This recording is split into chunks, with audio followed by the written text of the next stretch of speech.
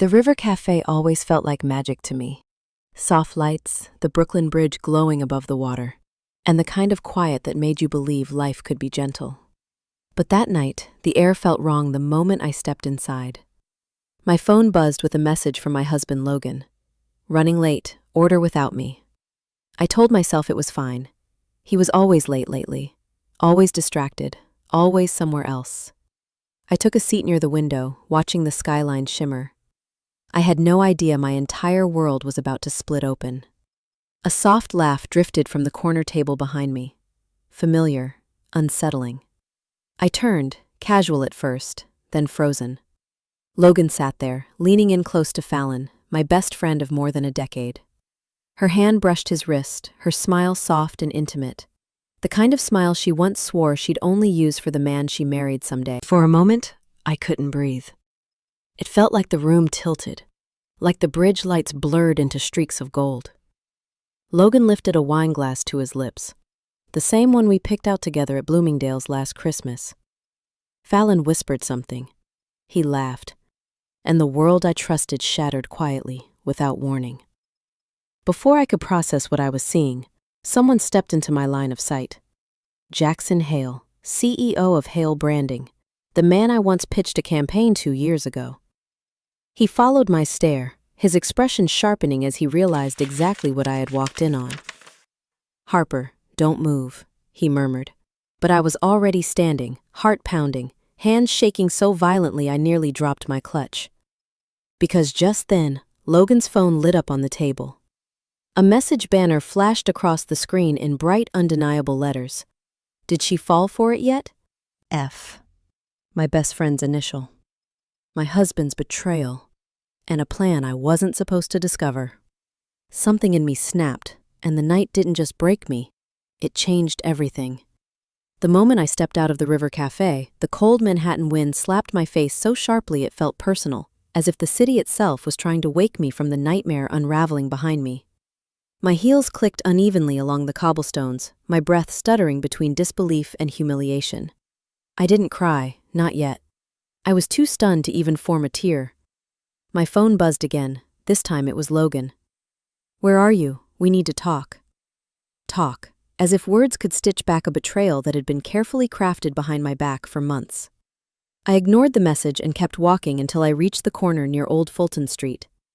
A yellow cab slowed, but I waved it off. I didn't want to be trapped in a small space with my thoughts. I needed air, space, something solid to hold on to. But the only thing I found was the truth replaying itself like a cruel loop. Fallon's hand on his wrist, Logan's quiet laugh, the message on his phone confirming they weren't just betraying me, they were conspiring against me. By the time I reached our Upper East Side apartment, my hands were numb. The elevator ride felt endless, like I was rising toward an execution.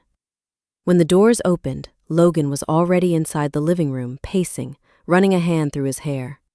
He looked agitated, not guilty, like I had inconvenienced him by discovering the truth too early. "Harper, listen," he started. I dropped my clutch onto the counter.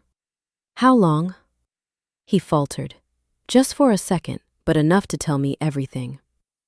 "You're overreacting," he snapped. "Fallon and I were discussing a project. That message wasn't about you." I laughed, a broken, disbelieving sound. "Your phone literally lit up with her initial. You weren't even trying to hide it." He stepped closer, voice tightening. "You've been distant. Maybe if you paid more attention to this marriage." So it was my fault. Classic. I felt the first tear slip, hot against my freezing skin. "You betrayed me. Both of you." His jaw twitched. "You need to calm down before you ruin something we can still fix." But something in his tone, sharp, impatient, made my stomach drop. This wasn't guilt. It was fear. Fear of something bigger than the affair. And that was the moment I realized. The betrayal I saw tonight wasn't the whole story. It was only the beginning. Logan's expression hardened the moment I refused to back down. The living room, usually warm under the soft glow of our floor lamp, suddenly felt cold, foreign, like I'd stepped into someone else's home. Maybe I had. Maybe this place stopped belonging to me long before tonight. Harper, sit down, he ordered. As if I were an employee he needed to discipline. I didn't move. I'm not sitting anywhere until you tell me the truth. His jaw flexed. For a second, I thought he might actually say it, confess, but instead, he reached for his phone and turned the screen away from me as if guarding state secrets. It's not what you think, he repeated. Then, as if on cue, my phone buzzed, a message from Fallon. Whatever Logan told you, he stressed, don't make this bigger than it is. Please don't ruin everything tonight. Everything? What was everything? I stared at the message until the words blurred. Fallon, the woman who held my hand when my mother died, who slept on my couch for weeks after her own breakup, was protecting him. What is she talking about? I asked quietly. Logan exhaled sharply. Fallon overreacts. You know how she is. Emotional. Dramatic. A bitter laugh escaped me. Funny. That's exactly what she says about you. Something dark flickered behind his eyes. He stepped closer, lowering his voice. You need to be careful, Harper. The way you're acting, saying things you don't understand, you could cost us both more than you realize. There it was again. Fear. But not of losing me. No, this was fear of exposure, of consequences. Logan, I said, searching his face. What have you done? He flinched, and for a split second I saw panic, a raw, naked crack in his carefully built veneer. But just as quickly he covered it with anger. You always think the worst of me. Maybe that's why Fallon and I... He stopped himself, but it was too late. My breath caught. So you are together. That's not what I... He raked a hand through his hair. You're twisting my words. Before I could respond, another message came in, this time from an unknown number, and it chilled me deeper than anything Fallon or Logan had said. Harper Lane, you're being investigated for the data breach. Expect a call. I looked up slowly, the room spinning. Logan swallowed hard. He knew. He'd known. And still he stood there, watching my world collapse again. And suddenly I understood. The betrayal wasn't emotional anymore. It was professional, calculated, and deadly to my career. I didn't remember walking into the bedroom. 1 second I was staring at Logan as the investigation text burned across my screen, and the next I was alone, surrounded by shadows stretching across our hardwood floors. My heart thudded so violently it felt like it might bruise my ribs from the inside. Data breach. Investigation. My name attached to a crime I didn't commit. I sank onto the edge of the bed, gripping the duvet like it could anchor me before the panic swallowed everything. I tried to breathe slowly, but every inhale came out jagged, like ripping paper. Through the wall, I could hear Logan on the phone, his voice low, urgent, not comforting, not concerned, strategizing, covering tracks. I stood and moved closer to the door, listening. I'm handling it, he hissed. She saw the message. No, she doesn't know about the files yet. Because I wiped them, Fallon. Relax. My blood ran cold. Files, wiped. Her name again. Fallon wasn't just involved. She was orchestrating a smear campaign with Logan executing the dirty work for her. My best friend and my husband had teamed up to destroy not just my marriage, but my career, my name, my entire professional future. My breath hitched. A tear hit the floor, then another. Soon my vision blurred as months, no, years, of exhaustion and disappointment crushed my chest all at once. I pressed a hand over my mouth to muffle the sob forming there. I hated crying. It made me feel small, powerless, exactly what Fallon always accused me of being, even when she framed it as concern. But tonight, I couldn't stop it. My phone buzzed weakly beside me. I almost didn't look, but when I did, my stomach flipped. A message from Jackson Hale. I heard what happened after I left. If you need support, professional or personal, message me. You're not alone in this. Not alone. Such a simple phrase, yet it cracked something open inside me. Because for the first time in hours, maybe days, I realized I wasn't crazy. I wasn't imagining the danger. Someone else saw me. My crying slowed, replaced by a numb, steady clarity. If Logan and Fallon thought I was going to shatter quietly, they were wrong. Because after tonight, I would never be the woman they could manipulate again. By the time morning light crept through the blinds, my eyes burned from a night without sleep. I walked into the Manhattan office, hoping routine might steady me, but the moment I stepped off the elevator, I knew something was wrong. Conversations halted, heads lowered. People suddenly found their screens fascinating. Something had spread. Rumors, accusations. Fallon's poison moving faster than I could breathe. My manager, Victoria, appeared at the glass doorway of her office. Her expression wasn't angry. Worse, it was careful, controlled, as if approaching someone volatile. "Harper, can we talk?" I followed her in, heart pounding. She closed the door gently, but the click felt like the lock on a cell. "There's been an escalation," she said, hands folded on her Mont Blanc notebook. "IT detected irregular activity on your account last night. Files were accessed and exported." My stomach dropped. Logan. He used my credentials. "I didn't take anything," I said, my voice thin. "I didn't even log in."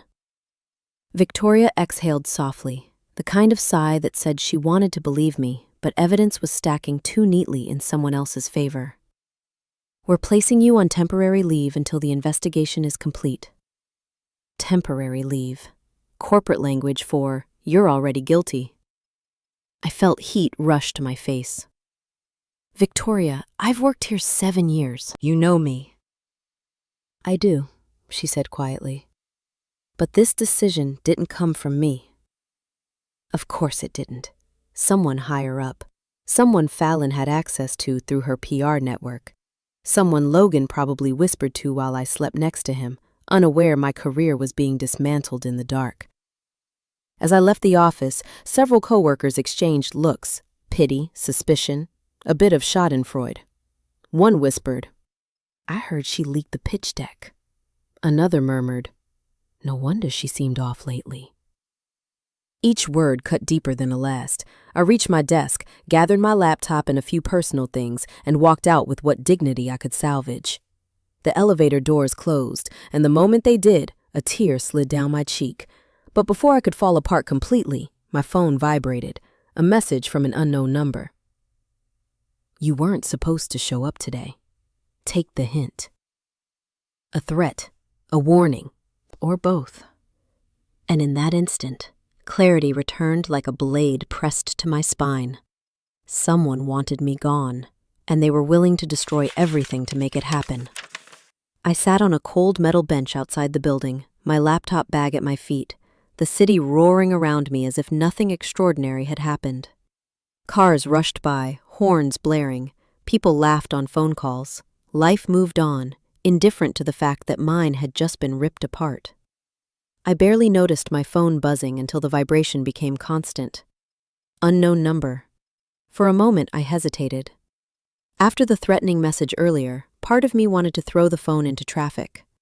But something deeper, instinct maybe, made me swipe to answer. "Harper Lane?" a deep voice asked. "Yes," my voice cracked. "This is Jackson Hale." I froze. Hale Branding's CEO. A man whose name carried Manhattan-level weight, the last person I expected to reach out while my life was burning. "I heard what happened this morning," he continued. "Are you somewhere safe?" Safe. The word almost made me laugh. I'm outside my office. I don't know what's happening." There was a pause, long enough for me to imagine him piecing things together. Jackson wasn't just smart. He was terrifyingly perceptive.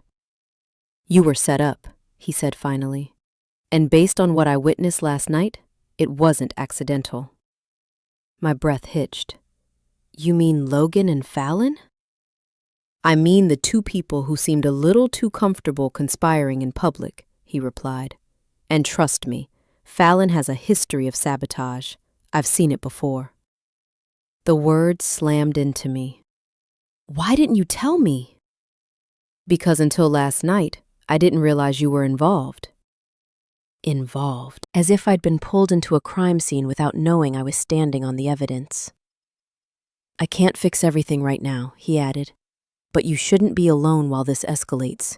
Do you have somewhere to go? I thought of the apartment, Logan pacing, wiping files, whispering to Fallon. A place that once felt like home now felt like a trap. No, I whispered. I don't. Then listen carefully, Jackson said, voice steady, grounding. I'm sending a car to your location. You don't have to explain anything yet, just let me help. A shaky breath slipped out of me, half relief, half fear. Let someone help? After everything Logan and Fallon had done, trusting anyone felt impossible. But as a black Mercedes pulled up to the curb moments later, one truth crystallized. The people who broke me were working together, and the only person willing to help me was someone they never expected. The Mercedes hadn't even turned the corner when my phone lit up again, this time with Fallon's name. For a moment, I just stared at it, wondering how a person could wear the mask of a friend so convincingly for over a decade.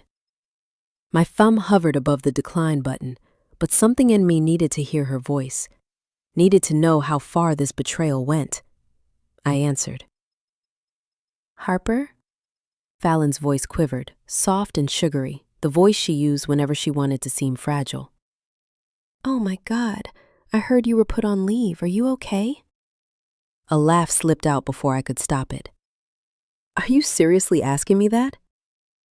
Silence, a tiny crack she didn't expect.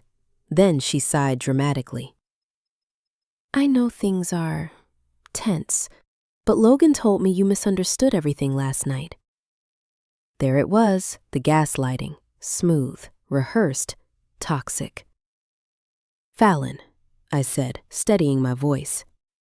I saw you with him. I saw the message. What message? She asked, too quickly. The one on his phone, asking if I fell for it, from you. Another pause, longer this time. Then her tone shifted, the sweetness draining out. Harper, you really should have gone home instead of snooping around. A chill stabbed down my spine. Excuse me? You're spiraling, she continued calmly, and people at work are noticing. This investigation, it's making you look, well, unstable. My throat tightened. You set me up. Please, she scoffed. You did that to yourself. Logan and I just managed the fallout. Managed the fallout. Like destroying my marriage and career was just a strategic PR move? You know, she added, voice softening again.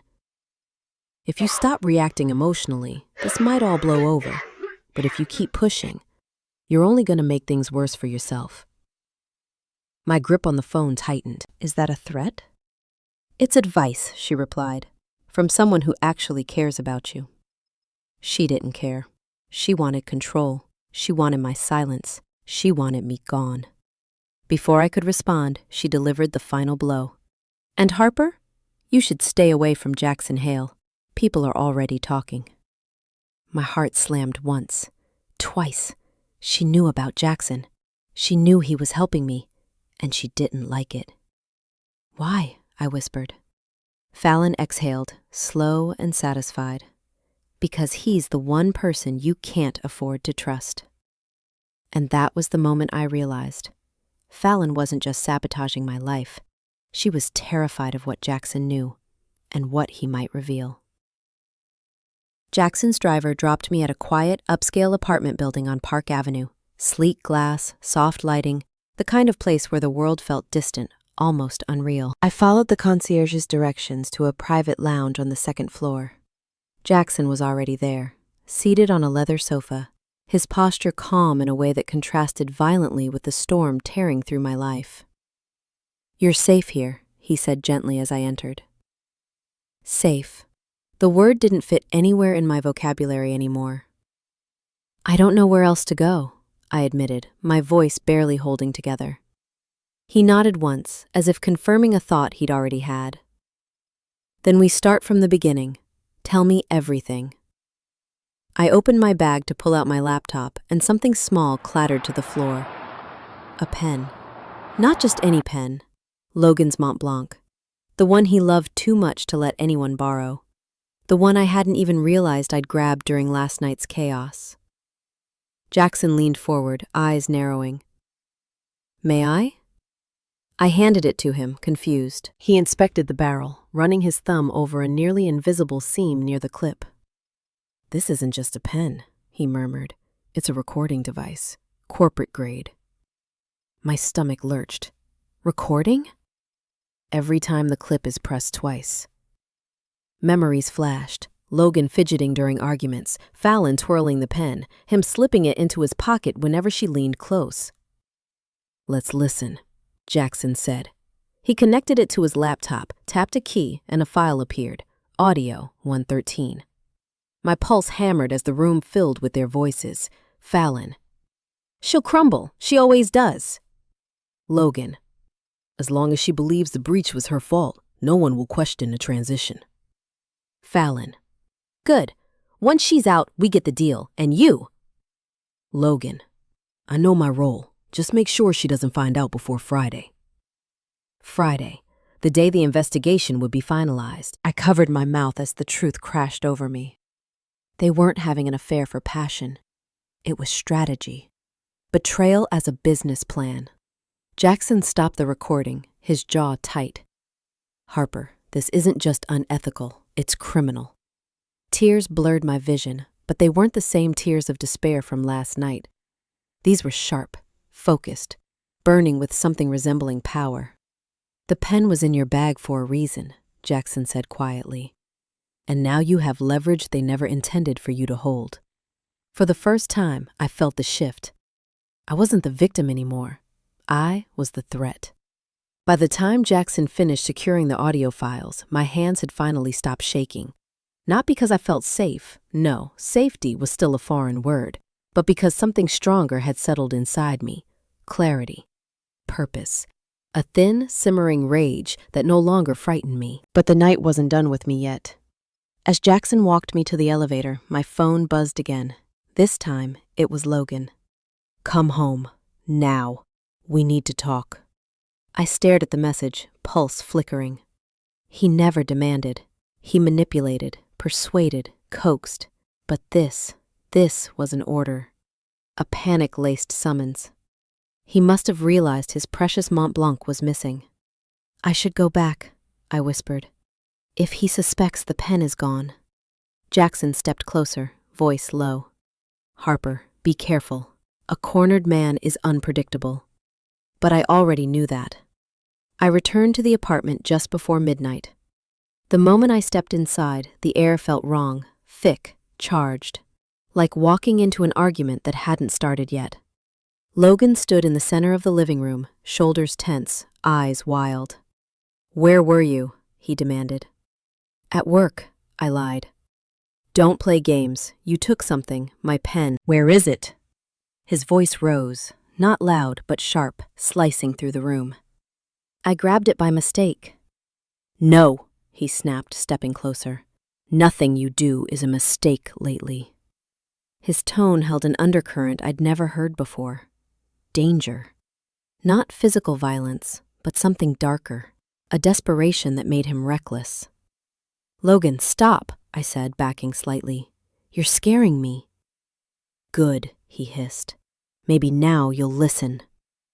I froze, because in that moment I realized something terrifying. He wasn't afraid of losing me. He was afraid of losing the plan. I need that pen back, he said, voice trembling. If anyone hears what's on it. So there is something on it? I asked quietly. He stiffened, a fatal mistake. Harper, he said, softer now, attempting charm. You don't understand. I did all this for us, for our future. For Fallon's future, I corrected. His jaw clenched. The truth hung heavy between us. Then, his phone lit up. A message from Fallon flashed across the screen. Did she find the pen? Logan's eyes flicked to mine, and in that split second, he knew the answer. And so did I. He was no longer my husband. He was my enemy. The moment I stepped out of the apartment, the hallway felt like oxygen, thin, cold, but finally free of Logan's tightening grip. My hands trembled as I pressed the elevator button, my pulse still echoing with his last words, the ones he tried to soften, but only made more chilling. Harper, don't make this harder than it has to be. Harder for who? For him? For his plan? For the lies he and Fallon had spun so tightly they were starting to choke him? By the time I reached the street, the city lights blurred behind the tears I refused to let fall.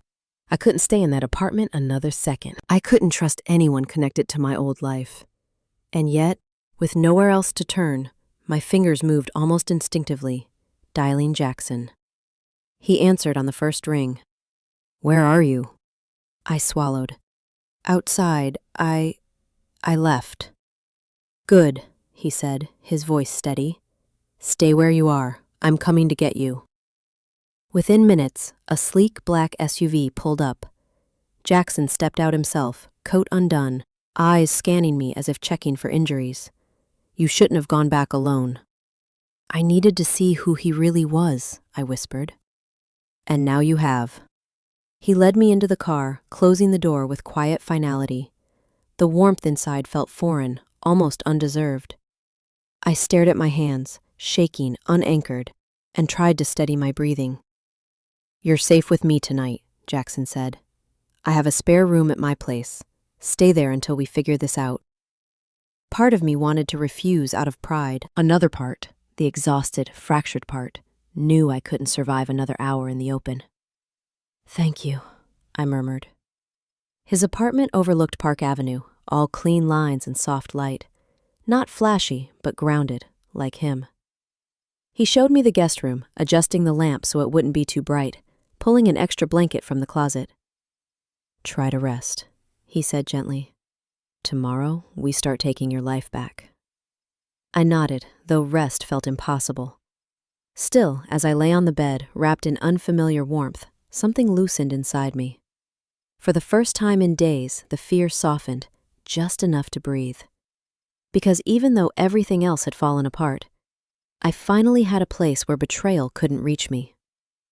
I woke the next morning in Jackson's guest room, the soft Manhattan daylight slipping through the curtains. For a moment, there was stillness. No Logan, no Fallon, no accusations buzzing through my phone. Just quiet. But peace wasn't something my life allowed anymore. Not now. When I stepped into the kitchen, Jackson was already there, sleeves rolled up, coffee brewing. He looked at me with a calmness I didn't deserve, but desperately needed.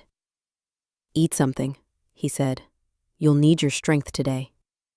I didn't argue. I didn't have the energy to. While I sipped the coffee, he opened his laptop. "There's something you need to see," he said. My stomach tightened. "What now?" He turned the screen toward me. Dozens of emails filled the page, threads between PR agencies, journalists, and corporate contacts. Every one of them shared a common name, Fallon Grayson. At first, it didn't make sense. Why would Fallon be emailing half the industry about me? Then I read the subject lines, concerns about Harper Lane's stability. Potential breach associated with internal source. Recommendation, reevaluate her role.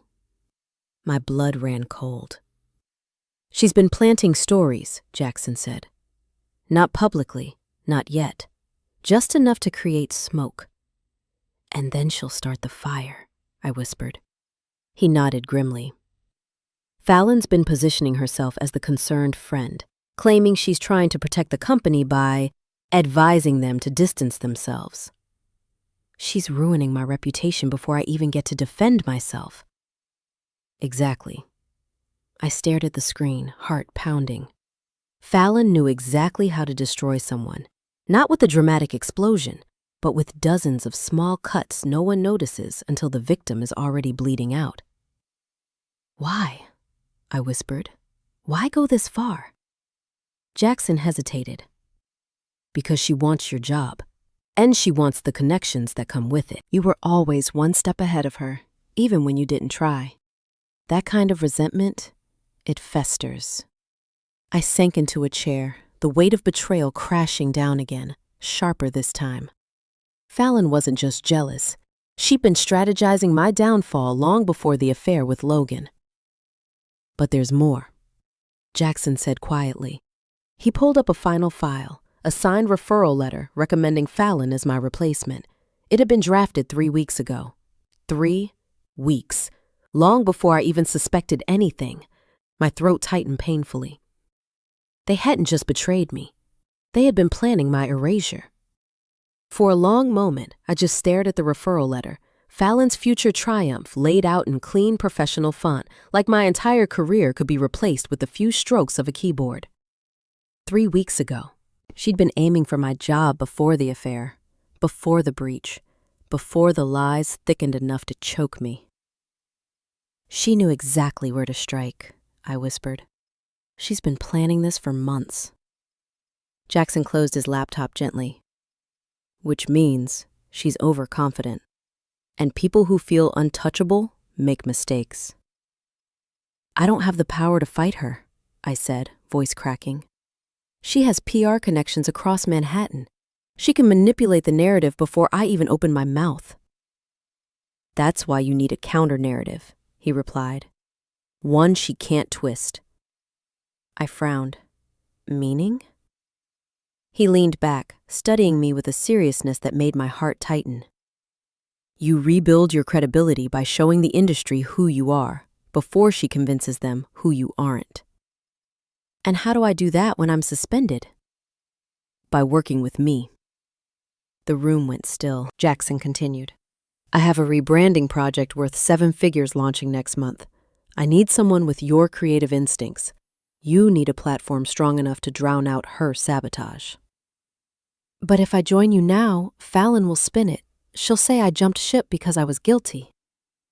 She's already saying that, he said calmly. So stop reacting to her story and start telling your own. His confidence both steadied and startled me. For the first time in days, the ground beneath me felt less like quicksand. I don't want pity, I muttered. You won't get pity from me. You'll get opportunity. His words sank into me, warm, grounding, terrifying in their possibility. But I need you to understand something, he added, voice lowering. Once you step onto my team, this becomes war. Fallon won't back off. Logan won't either. They'll feel you slipping out of their control. Good, I said, surprising myself. Let them feel it. A slow smile tugged at the corner of his mouth. So you're in? I took a breath, deep, shaky, but real. I'm in, I said, but not just to save myself. His eyes sharpened. Then for what? For justice, I whispered. For everything they tried to take. And just like that, the girl who crumbled began to rise, with an ally powerful enough to change the entire battlefield. 2 days later, Jackson insisted I step outside for fresh air. A mind under attack needs movement, he said. So we walked down Fifth Avenue, the winter sun glinting off the luxury storefronts, Dior, Cartier, Tiffany's, each window a reminder of a life I once thought I'd someday share with Logan. A life built on trust, not theft and betrayal. I was still adjusting to the feeling of being seen in public again when I heard a voice behind me. Well, well, look who finally crawled out. Fallon. She stood beside the Cartier entrance, dressed impeccably, holding a tiny branded bag like a trophy. Her smile was polished, but her eyes, those calculating, icy eyes, lit with satisfaction the moment they landed on me. Harper, she said sweetly, you look tired. I stiffened, but Jackson stepped subtly closer, a silent shield beside me. What do you want, Fallon? I asked. To talk, she replied, shrugging. But if you'd rather do this in front of Cartier, I don't mind. She leaned in slightly, lowering her voice. I just thought you should know, Logan and I are doing great. He surprised me with this. She held up the Cartier bag, letting the logo gleam in the sun. a little something to celebrate his new opportunity. My chest tightened. His opportunity or my destruction? She laughed softly. Oh, Harper, always so dramatic. You were never cut out for high-level work. You crack too easily. People like you, you're replaceable. Jackson's jaw flexed, but he let me speak. I saw the referral letter, I said. 3 weeks ago, Fallon? You were planning to take my job long before everything else. Her smile didn't slip, but her eyes did, just for a second. That letter was hypothetical, she said. Just like framing me for a data breach was hypothetical, I countered. Fallon tilted her head, amused. Careful. Accusations like that could make you look unhinged, especially since you're not working right now. Her words sliced cleanly, designed to wound in public. Passerby slowed, sensing the tension. Then she leaned closer, whispering so only I could hear. You can fight if you want, but you will lose. And Jackson, he'll drop you the moment you become inconvenient. Before I could respond, she stepped back, winked, and walked away, Cartier bag swinging triumphantly. I stood frozen, humiliated, burning with anger, but Jackson placed a steady hand on my arm. Good, he murmured. Now we know exactly what she fears. I swallowed. What's that? He met my eyes. The moment you stop breaking and start fighting. Monday morning arrived with a heaviness I couldn't shake, but for the first time since everything collapsed, the weight didn't crush me, it anchored me. I walked into Hale Branding's Park Avenue office beside Jackson, the glass tower gleaming under the Manhattan sun. Inside, the space buzzed with quiet confidence, polished marble floors, soft lighting, and a panoramic skyline stretching across floor-to-ceiling windows. This wasn't just an office, it was a battlefield, and I was stepping onto it not as prey, but as someone preparing for war. Jackson led me to a conference room where a small team waited. Everyone, he said. This is Harper Lane. She'll be co-leading our rebrand initiative. My pulse pounded. Co-leading? I expected to assist, maybe shadow, nothing more. A strategist named Mia smiled warmly. We've seen your work. You're good. Her kindness steadied me, even as nerves twisted in my stomach. For weeks, Fallon had made me feel replaceable, fragile, a liability. Here, I was treated as an asset. Jackson handed me an iPad. You'll present the first concept draft on Friday. Friday? I blinked. That's really soon. You can do it, he said simply. Not flattery, not pressure. Belief. Something I hadn't felt from anyone in a long time. We dove into the brand audit, discussing visuals, messages, audiences. My mind, fogged for days, began firing again. I sketched ideas, reworked narratives, and rebuilt the storyline until even Mia whispered, "This is brilliant." Piece by piece, I felt myself returning. Not the broken woman who ran from Logan's apartment, but the strategist who once shaped campaigns powerful enough to sway corporations. The woman Fallon feared. After hours of work, I stepped aside to breathe. Jackson joined me near the window overlooking Park Avenue. How does it feel being back in your element? He asked. Strange, I admitted. Good, but strange. That's because you forgot what it's like to operate at your true level. I swallowed, unexpectedly emotional. Fallon made sure I forgot. His voice softened. Then let's make sure she never gets that chance again. As I gathered my things to leave, my phone buzzed, a news alert. Anonymous source claims suspended strategist may have leaked sensitive files. A hit piece, timed perfectly. Fallon was accelerating her attack. I exhaled slowly, the city lights reflecting in the glass before me. Looks like the war just started, I murmured. Jackson's reply was calm, unwavering. No, it started the moment you walked through my doors.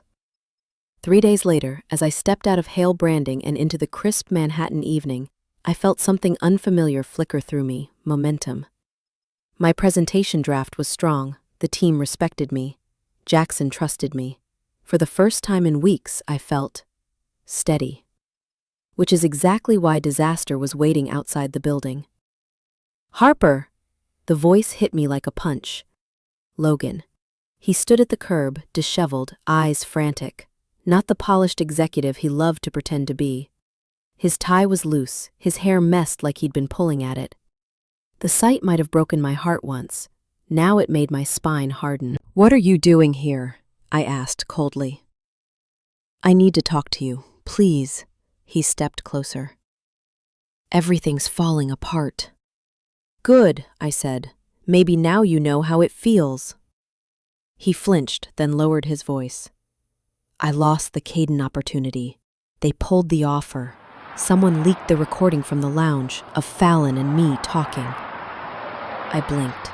"The clip where you admit you targeted me?" He swallowed.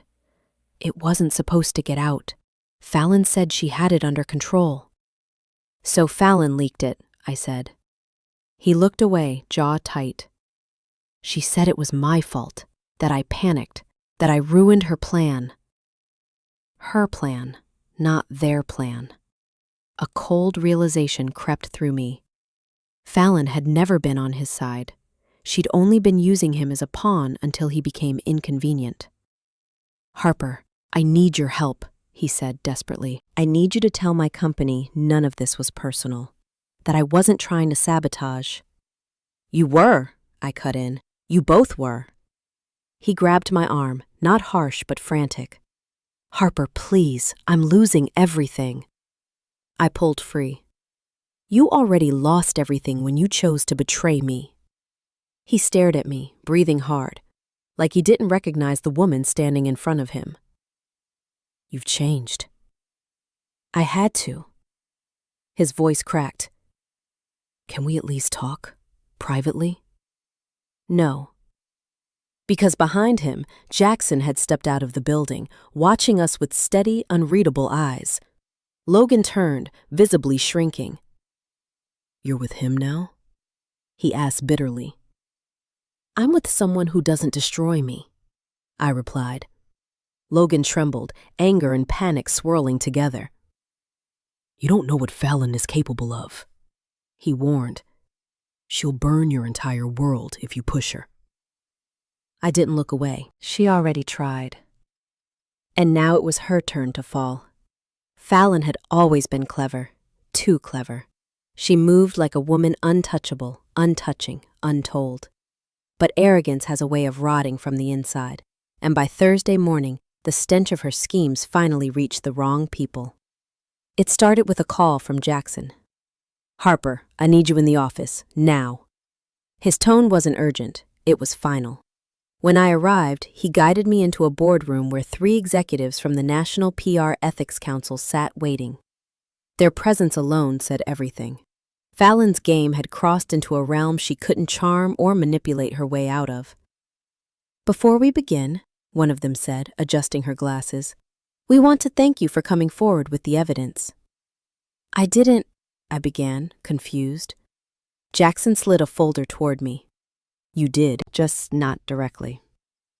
Inside were printed emails Fallon had sent over the past month, emails coordinating the smear campaign, emails framing rumors as concerns, even an email recommending my termination while pretending to be heartbroken over my behavioral decline.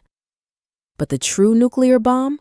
A voice memo attached to one of the emails, Fallon's voice, cold, precise, predatory. "We remove Harper first. Then Logan gets the Caden job. Once she's out, her accounts become mine. Tell Caden she'll take the fall for the breach. No one will question it." My breath caught. Logan had been a pawn, but Fallon was the architect. Every cut, every rumor, every whispered lie. Her fingerprints were everywhere. The council member spoke again. "We received this anonymously last night." My eyes shot to Jackson, but he shook his head. "Not me." Anonymously, which meant Logan. He had finally turned on her. The meeting continued. Questions, confirmations, dates, documentation. It was clinical, detached. But my hands trembled anyway, because this wasn't just justice. It was exposure. Fallon's most guarded secret, the sabotage record from her previous job. the one she buried deep, had been tied to her current crimes, and the Ethics Council wasted no time. Effective immediately, the lead member announced. Fallon Grayson is suspended pending formal investigation. Suspended. Stripped. Cornered. A woman who thrived in shadows was suddenly dragged into the light.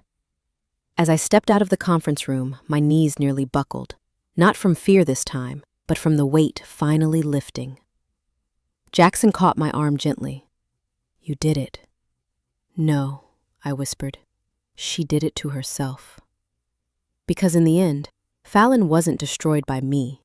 She was destroyed by the truth she thought she'd buried forever. The building emptied as evening fell over Park Avenue, the skyline glowing in gold and silver outside Hale Branding's windows.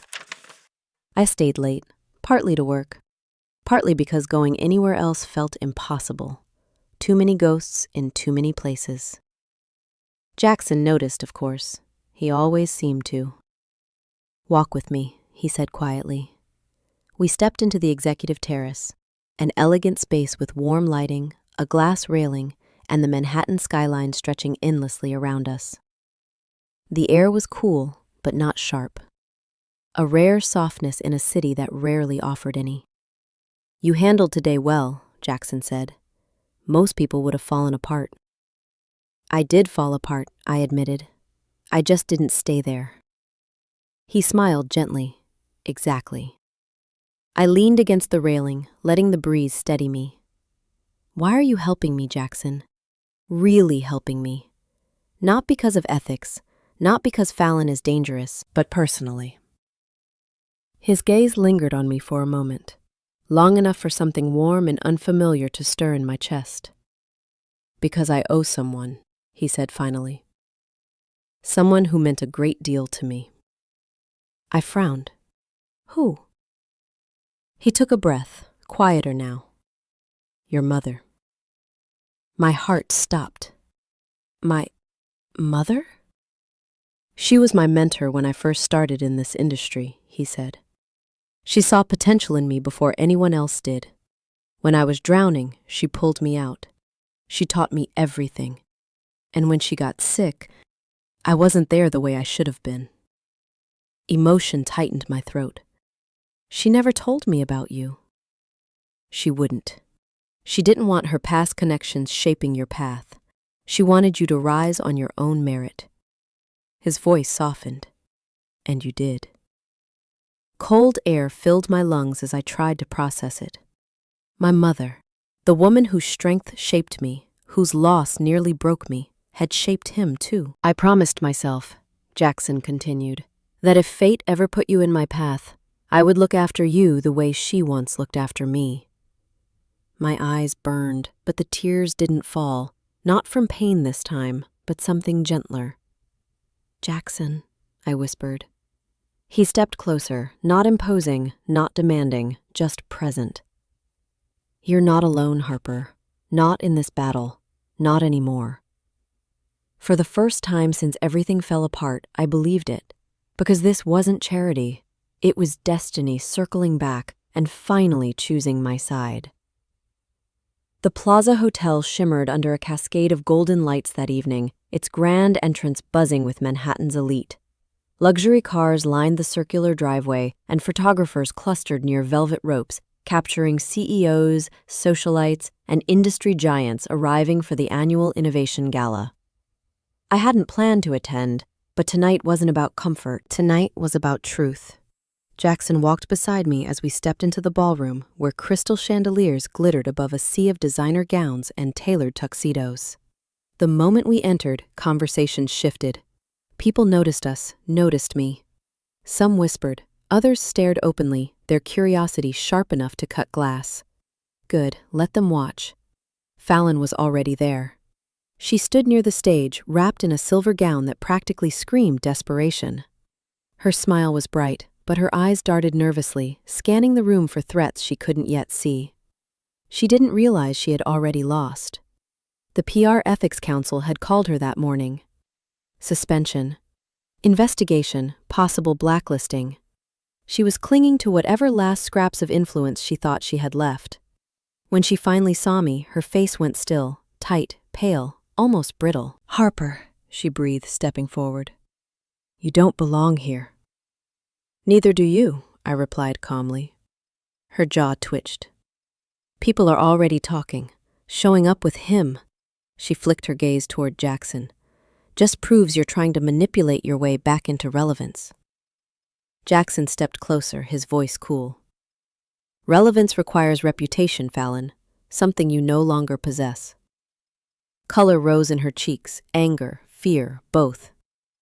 "You think this ends me?" she hissed. "Please, I built myself from nothing. I'll rebuild again." "You didn't fall because you were weak," I said softly. "You fell because you climbed by stepping on everyone else." The lights dimmed. The host walked onto the stage, tapping the microphone. "Tonight we recognize the teams and leaders redefining innovation in our industry. One of those leaders is..." A spotlight shifted. Onto me, Harper Lane, for groundbreaking work on the Hale branding initiative.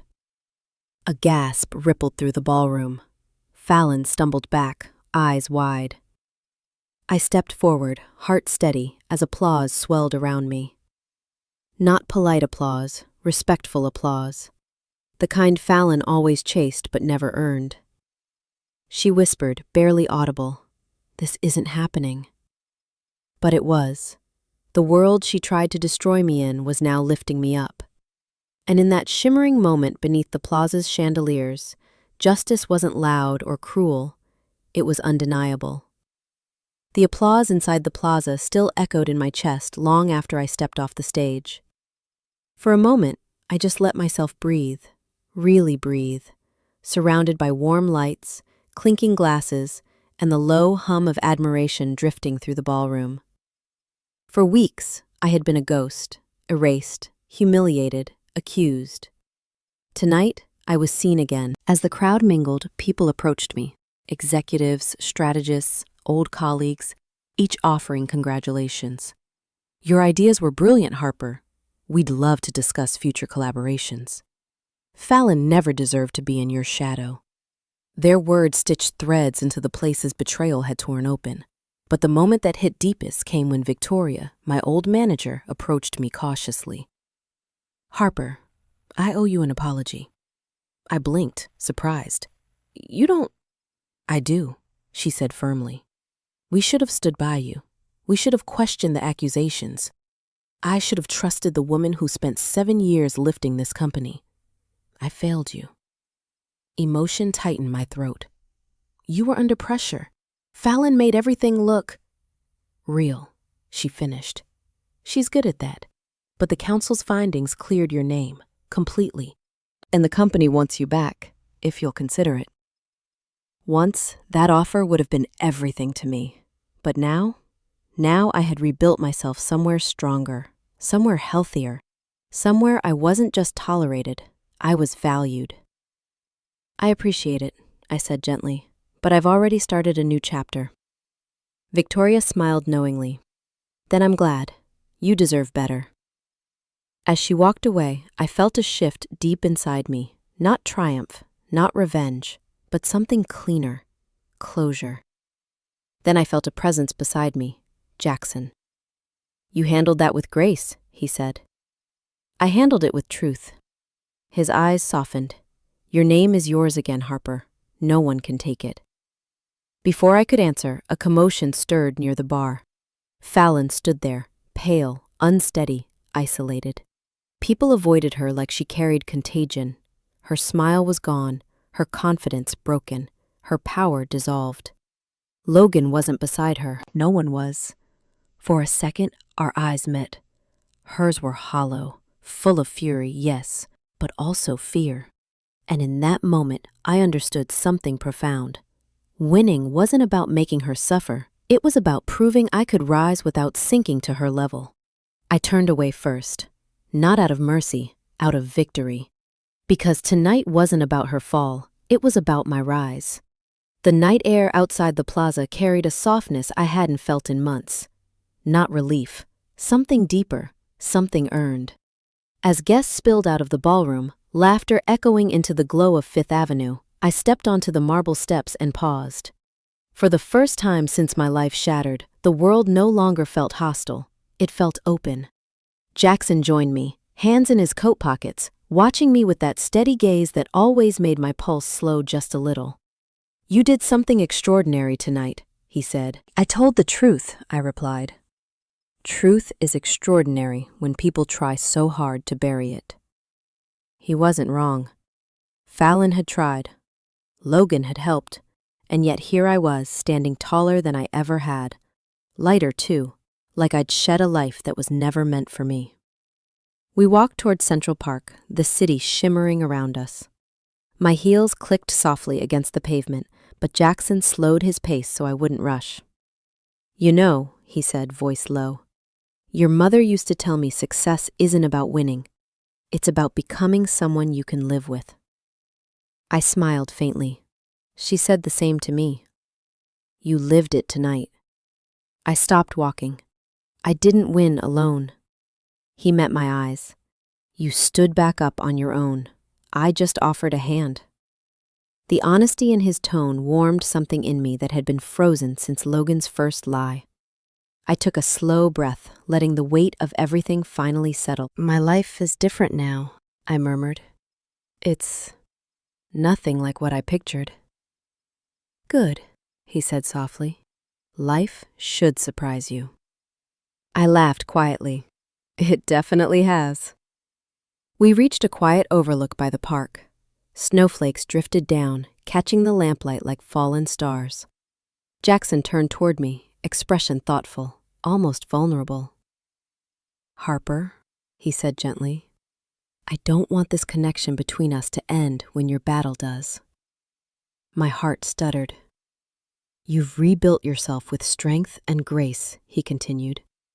"But if you're willing, I'd like to build something with you, something real." Warmth spread through my chest, not rushed, not chaotic, steady, safe. A feeling I once believed I'd never trust again. I stepped closer. "I think," I whispered, "that I'm finally ready for something real." He smiled, the kind of smile that didn't take, but offered. And as his hand found mine beneath the falling snow, I understood. The universe hadn't taken everything from me. It had cleared space for something better. And for once, I wasn't afraid to claim it. So that's how the story closes. And if you're still here with me right now, my dear friends, then something in this journey must have touched your heart in its own quiet way. Maybe you saw a piece of yourself in Harper's pain, or in her courage, or in the way she rose again even when the world tried to silence her.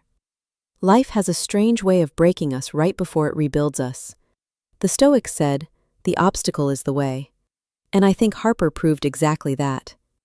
Marcus Aurelius reminded us that what stands in the way becomes the way, meaning every betrayal, every heartbreak, every injustice can become the very path that leads us to strength, clarity, and peace. And maybe tonight, as you're listening, you're realizing that too. You've survived every worst day you've ever had, and you're still here. You're stronger than you think, and more deserving than you know. If this story moved you, even just a little, I hope you'll take a moment to like, share, and subscribe. Not for the numbers, but so we can keep walking through these stories together. You're never as alone as you feel. We're here, and I'm glad you are too. This story you've just watched is a work of fiction, created purely for entertainment and emotional reflection. The characters, events, and circumstances are imaginary, and any resemblance to real people or real situations is completely coincidental. Our goal is not to present real-life claims, but to explore themes of resilience, healing, and personal growth through dramatic storytelling. We craft these narratives to help viewers connect with universal human experiences, not to represent factual events. Please understand this video as creative content, meant to inspire and provoke thought, not as documented truth or real-world reporting. Thank you for supporting our channel by watching responsibly and enjoying our stories for what they are. Fiction with heart, crafted to touch and uplift those who listen.